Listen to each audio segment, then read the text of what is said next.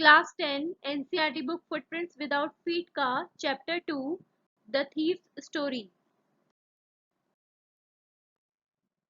Hello everyone, आज हम footprint का सेकंड चैप्टर की समरी पढ़ेंगे, द थीव्स स्टोरी। अब जैसे कि आपको इस चैप्टर के नेम से ही पता चल रहा है कि थीव की स्टोरी है, ये है ना, एक चोर की स्टोरी है।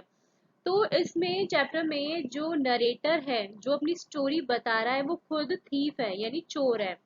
तो उस चोर की लाइफ में क्या हुआ था, ऐसे क्या इंसिडेंट हुआ था, क्या क्या उसने करा, तो वो अपनी यहाँ पे कहानी बता रहा है। ठीक है, तो ये जो स्टोरी है, जो ये कहानी है, वो शुरू होती है इस स्टोरी के दो मेन कैरेक्टर से, जो कि है एक अनिल और एक खुद थीफ यानी चोर। तो जो चोर है वो ये बताता है कि जब मैं अनिल से मिला तब भी मैं चोर ही था, मतलब एक आदमी था अनिल। तो ये जो चोर जब उसे मिला था ना, तब वो चोरी ही करता था। मैं तब 15 साल का था, तो जो चोर था, जो थीफ था, वो 15 साल का था, वो बता रहा है। पर फिर भी मैं एक अच्छा खासा और काफी सफल व्यक्ति था, मतलब चोरी करने में। जब मैं अनिल के पास पहुंचा तो वे कुश्ती मैच देख रहा था। वो लगभग 25 साल का लंबा दुबला पतला आदमी था। चोर ने पिछले दिनों में कोई चोरी नहीं की थी, क्योंकि उसे मौका ही नहीं मिला था चोरी करने का। उसने सोचा कि चोरी करने के लिए अनिल एक अच्छा आदमी रहेगा, इसलिए उसने उसका विश्वास जीतने की कोशिश की। अब वो जो चोर था, उसने उसकी चापलूसी करके उसका विश्वास जीतने की कोशिश करने लगा और अनिल को कहा कि वो खुद एक पहलवान जैसा दिखता है। इस बात पर रिप्लाई करते हुए अनिल ने जवाब दिया कि तुम भी पहलवान जैसे दिखते हो। लेकिन इस बात से अनिल को बड़ा बुरा लगा, क्योंकि उस टाइम पर वो बहुत पतला था। चोर ने बड़े ही मतलब पोलाइटली, विनम्रता से जवाब दिया कि वो कभी कभी थोड़ी कुश्ती करता है।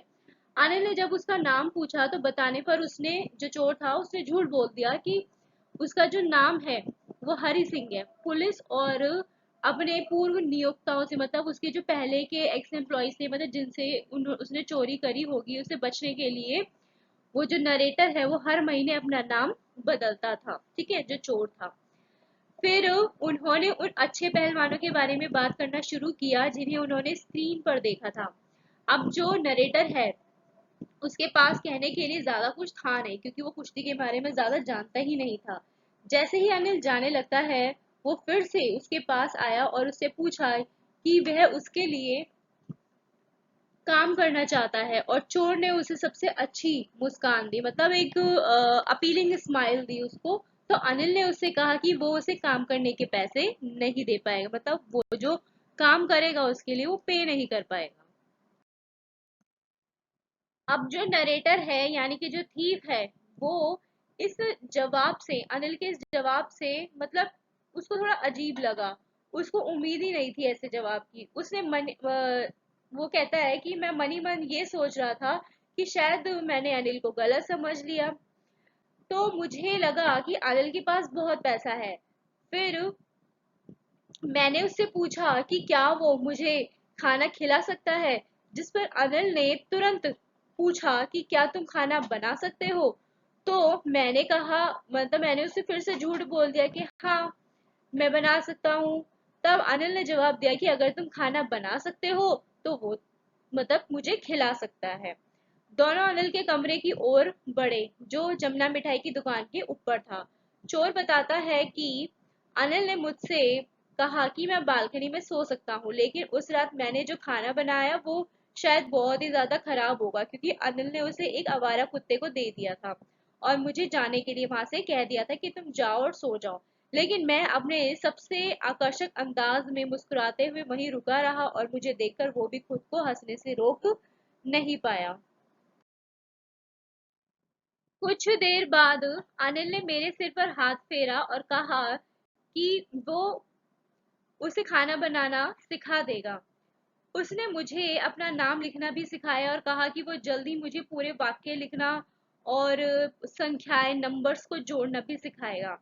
अनिल ने जो कुछ भी किया उसके लिए मैं बहुत ज्यादा आभारी था, मतलब मैं बहुत ज्यादा ग्रेटफुल था, क्योंकि जो चोर था वो जानता था कि एक बार जब लिखना आ जाएगा तो उसके काम की कोई सीमा नहीं होगी, है ना, कोई लिमिट नहीं होगी उसके काम की। चोर को अनिल के लिए काम करने में खुशी होने लगी अब, क्योंकि वो उसके लिए इतना कुछ कर रहा था।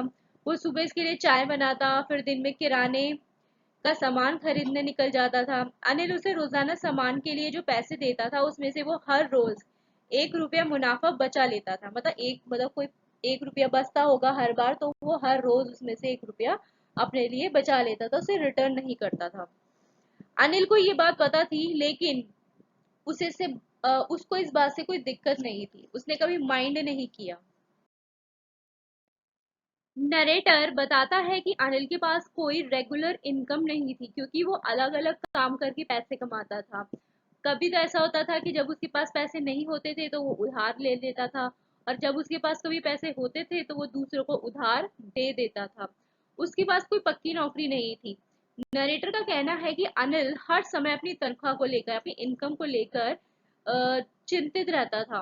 लेकिन जैसे ही उसे चेक मिलता था तो वो क्या करता था कि अपने दोस्तों के साथ बाहर जाता और जश्न मनाता था। तो नरेटर सोचता है कि वो पत्रिकाओं के लिए लिखता था, मतलब मैगजीन्स के लिए। फिर और वह इसे पैसा कमाने का एक अजीब तरीका मानता है। फिर अचानक एक शाम अनिल कुछ पैसे लेकर घर आया और चोर को बताया कि उसने अभी एक पब्लिशर को किताब बेची है। रात में सोने जाने से पहले चोर ने देखा कि अनिल ने पैसे अपने गद्दे के नीचे रख दिए थे। नरेटर कहता है कि मैं लगभग 1 महीने से अनिल के लिए काम कर रहा हूँ और मैंने उसे 1 रुपए के अलावा कोई और धोखा नहीं दिया है जो वह रोजाना बचाता था। वो ये भी सोचता है कि उसके पास चोरी करने का पूरा मौका तो था, क्योंकि आनंद ने उसे अपने कमरे की चाबी दी हुई थी और वो जब चाहे वहां पर आ जा सकता था। वो सबसे भरोसेमंद आदमी था जिनसे भी मैं कभी मिला हूँ, मतलब अपनी लाइफ में वो सबसे ज्यादा भरोसेमंद आदमी था। वो अनिल के बारे में बता रहा है और इसीलिए उसे लूटना इतना कठिन था। वो कहता है कि एक लालची आदमी को लूटना तो आसान है, क्योंकि वो लूटने का जोखिम उठा सकता है क्योंकि उसके पास उतना पैसा है। लेकिन एक लापरवाह आदमी को लूटना मुश्किल है, क्योंकि अनिल को कभी कभी पता ही नहीं चलता था कि उसे लूट लिया गया है या उसके पास से उसकी कोई चीज चुरा ली गई है। साथ ही चोर का मानना था कि जब किसी को पता ही नहीं चलेगा कि उसे लूट लिया गया है तो उसे लूटने में कोई मजा ही नहीं रहेगा। तब उसने फैसला किया कि वो कुछ काम करेगा। काफी टाइम से उसने किसी को नहीं लूटा था। उसने अनिल के पैसे चुराने के अपने चोरी के काम को सही ठहराया कि अगर उसने पैसे नहीं चुराए तो भी अनिल उसे अपने दोस्तों में बर्बादी कर देगा। उसने सोचा कि पैसों पर उसका ज्यादा मतलब अधिकार है, क्योंकि अनिल उसे उसके काम के लिए पैसे तो देता ही नहीं था। तो इसलिए उसने मतलब चोरी करने का मन बना लिया कि भाई मैं एक तरीके से ठीक ही तो कर रहा हूँ, मेरे ही तो पैसे हैं वो। जब अनिल सो रहा था तब चोर ने अपना काम शुरू कर दिया। खिड़की से आ रही रोशनी की वजह से अनिल के बिस्तर पर भी थोड़ी रोशनी आ रही थी। वो नीचे फर्श पर बैठ गया और सोचने लगा कि अगर वो पैसे यहाँ से मतलब ले लेता है तो रात 10 बजे लखनऊ एक्सप्रेस ट्रेन से शहर छोड़ सकता है। फिर वो रेंगता हुआ बिस्तर की ओर बढ़ गया। अनिल आराम से सो रहा था, उसका चेहरा बिल्कुल साफ और बिना किसी रेखा वाला था, मतलब उसके चेहरे पे कोई शिकन, कोई लाइन नहीं थी, बल्कि मेरे चेहरे पर ज्यादा निशान थे। नोटों की तलाश में मेरा हाथ गद्दे के नीचे सरक गया। जब मुझे वो मिले तो मैंने बिना कोई आवाज के उन्हें बाहर निकाल लिया। अनिल ने नींद में आह भरी और करवट लेकर मेरी तरफ मुड़ गया। तब वो बिल्कुल एकदम डर गया था। जब मैं सड़क फिर वहां से वो निकला और जब वहां से उसके कमरे से निकला तो सड़क पर पहुंचा और बताता है कि मैं एकदम दौड़ना शुरू कर दिया मैंने, और नोटों को अपने पजामे में रख लिया था। मतलब कि पजामे की डोरी से उसने जो नोट थे वो बांध रखे थे। फिर थोड़ी देर बाद चोर ने मतलब अपनी स्पीड बढ़ा ली, ठीक है, और नोट फिर उसके बाद जब उसने अपनी स्पीड बढ़ाई तो आगे जाकर के उसने रुका और उसने वो नोट गिने। उसके पास 50-50 रुपए के 12 नोट थे, यानी उसके पास टोटल 600 रुपए थे। उसने सोचा इतने पैसे में तो कम से कम 2 हफ्तों तक एक अरबी शेख की तरह मैं जीवन जी सकता हूँ।